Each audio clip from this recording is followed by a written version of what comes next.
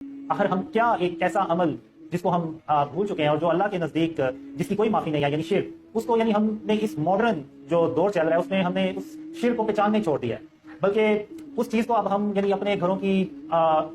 Decoration, آرائش، even housing societies, وہاں پہ اس کو سجانا شروع ہو گئے ہیں، اور ہمیں یہ پتہ ہی نہیں چلتا کہ یہ جو عمل ہم کر رہے ہیں یہ بیسیکلی شرک ہے۔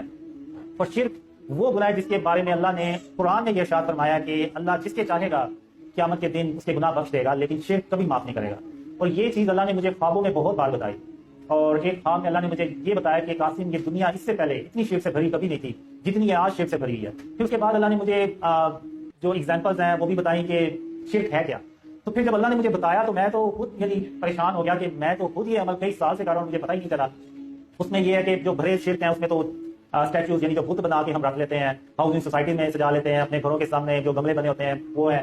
ڈیکوریشن پیسز ہیں جو مختلف جانوروں کی شکل میں ہیں، اور اکثر آپ نے دیکھا ہوگا وہ ہرن لگا دیتے ہیں دیوار پہ اس کا سر، وہ بھی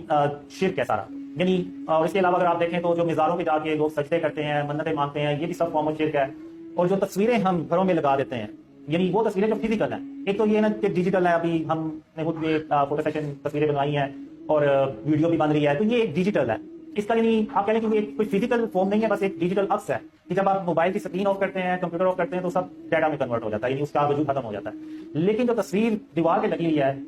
یہ ہم ساری لائٹیں بند کر کے بھی یہاں سے چلے جائیں گے نا تو اس کا وجود وہاں پہ موجود رہے گا۔ تو یہ فارم آف شرک ہے۔ ایک ڈریم میں ایون اللہ نے مجھے یہ بھی بتایا تھا کہ قاسم اگر تم نے تصویروں میں دیکھنا ہے تو ہندو بھی تصویروں میں دیکھتے ہیں، تو تم نے ان میں پھر فرق کیا رہ جاتا ہے؟